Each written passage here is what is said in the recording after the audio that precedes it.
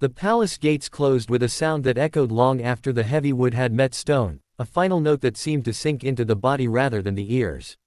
Mei Lin felt it in her chest, like breath pressed out of her lungs.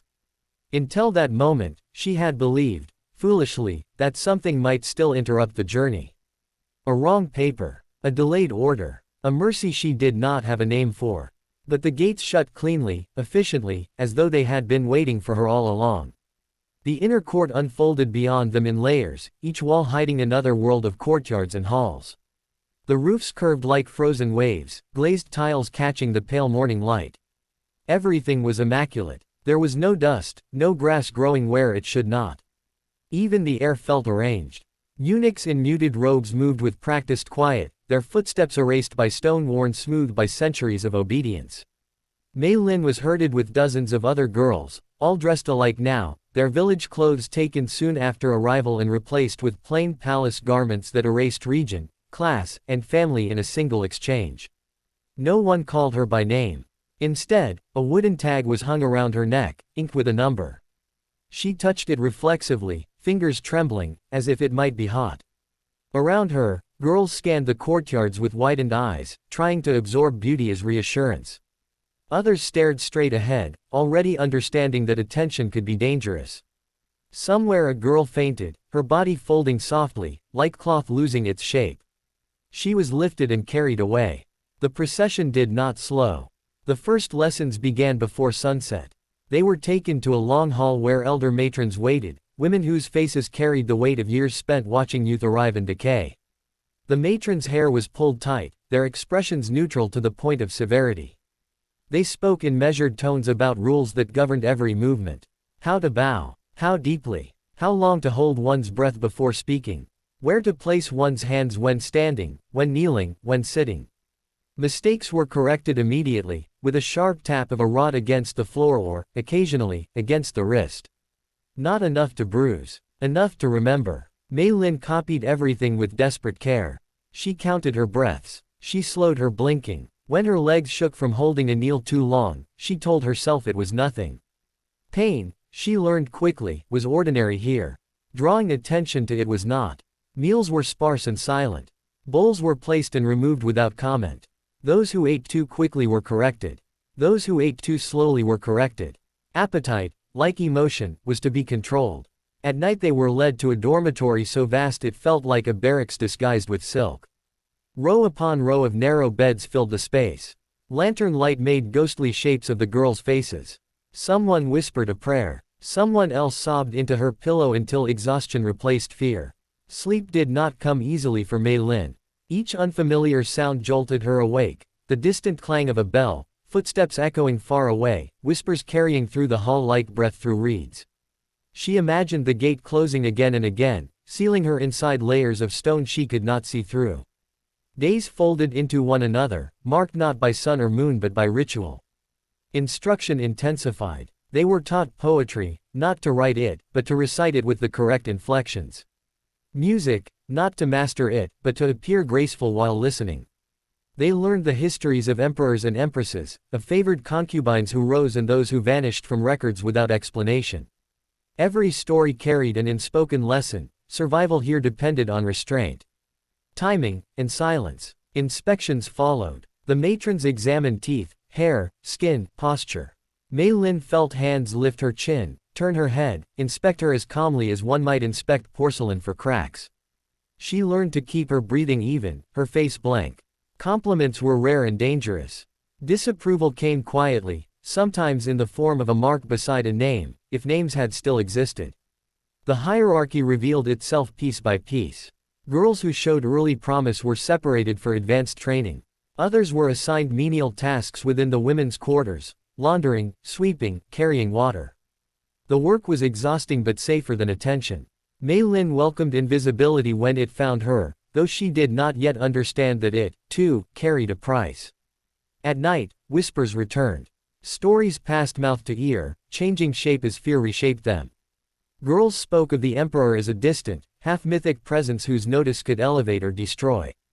They spoke of jealousy that bloomed faster than friendship. Of punishments that were never described in detail.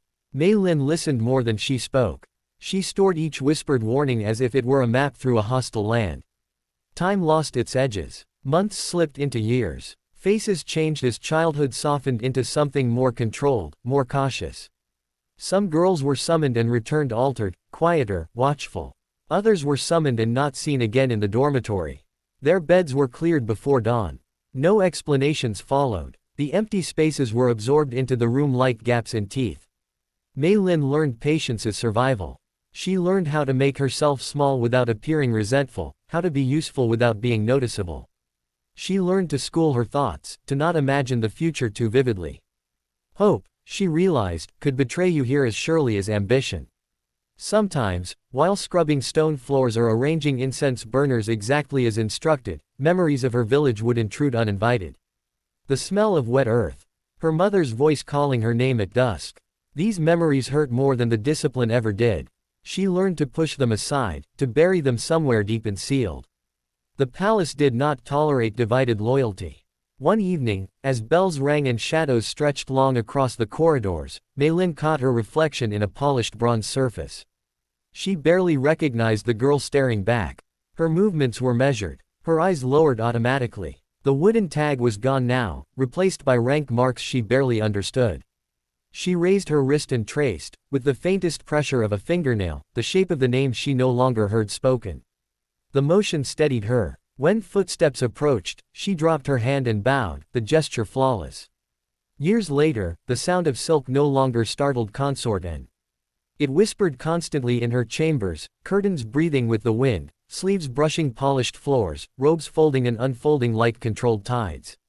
Silence had become her natural climate, broken only by ritual words spoken at precise volumes.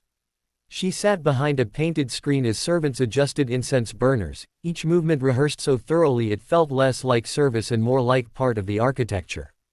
Even she, elevated as she was, understood that she was a fixture, not a master. Her rise had not been sudden, though history would later compress it into a single fortunate night. In truth, it had been an accumulation of pauses, glances held just long enough, obedience rendered without visible eagerness. She had learned what Mei Lin was still learning then, that survival required not hunger for favor, but readiness for it. When she was finally summoned, she had walked as if crossing ordinary ground, hard locked away where it could not betray her. Favor, she discovered, was a heavier burden than waiting. Suddenly her actions cast shadows. A comment repeated incorrectly could become rumor. A visitor staying too long invited resentment. Servants watched her face for signs, hoping to align themselves early with what they believed was permanence. Consort and gave them nothing. Her smile remained measured. Her voice remained calm. Inside, she lived as if standing on ice too thin to test. Motherhood altered everything and nothing at once. The palace rejoiced publicly when her son was born, the halls briefly blooming with color and congratulation. Privately, the world narrowed. The child was taken from her arms more often than he was returned. Wet nurses fed him, attendants tracked his cries, physicians documented every breath he took. He was observed as a future, not held as a present. Consort and understood quickly that to cling would be to lose him faster. She learned to watch instead, shaping love into something that could survive distance. As her son grew, so did invisible lines around her. She was safer than most, but never safe. Other women smiled at her with perfect politeness, calculating the slope of her fortune. Some hoped her child would weaken and fade. Others feared he would thrive too well. The palace required balance, and balance was achieved not by justice, but by quiet subtraction. Consort and had seen women vanish between seasons without illness, without disgrace, simply because the court had decided it was time for adjustment. In those years, illness traveled the inner palaces like a rumor. Fever and coughing moved through dormitories, and women were quietly relocated, isolated, then erased from schedules. The palace adapted with frightening ease, redistributing labor, redistributing attention. Consort and learned then what permanence truly meant here. Buildings endured, customs endured, but people were replaceable components within a machine too old to notice individual losses. From her vantage point, she could see patterns others could not. She learned which matron's disapproval carried weight, which eunuch's silence meant impending trouble. She dispensed small mercies where possible, an easier assignment, a gentler placement, but never enough to threaten balance. Open defiance was unthinkable. Even protection had to wear the mask of coincidence. It was during one late autumn afternoon that Mei Lin re-entered her life. She recognized her not immediately by face, but by posture, the way she stood neither eager nor withdrawn, the way her eyes focused just below authority without quite dropping to the floor. Time had refined her, sanded off youth and replaced it with steadiness. Consort and felt an ache she did not allow herself to name. They did not speak of shared beginnings. The conversation unfolded safely, wrapped in neutral observations about weather, calligraphy, and seasonal adjustments to routine. But recognition lived in the pauses, in the careful courtesy that held something unspoken between them.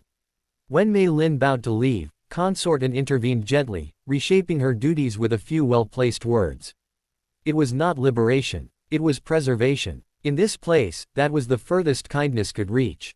As years continued their quiet erosion, Consort reflected often on the nature of confinement. Many believed the concubine palaces were cages built of tradition and jealousy. That was only partially true. The real trap was participation.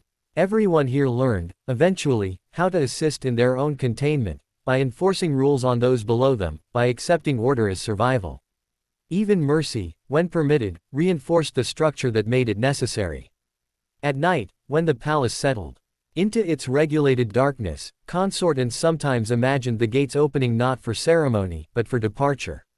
She imagined walking beyond the walls without escort, without title, without watchers counting her steps. The fantasy never reached far. Reality pressed in too firmly. She had a son whose fate was welded to these stones. She had learned too well what happened to women who desired too much. One winter morning, news reached her chambers that a familiar dormitory wing had been emptied overnight. No explanation accompanied the action. The rooms were cleaned and repurposed by dusk. Consort felt the familiar tightening in her chest, an emotion she no longer struggled against.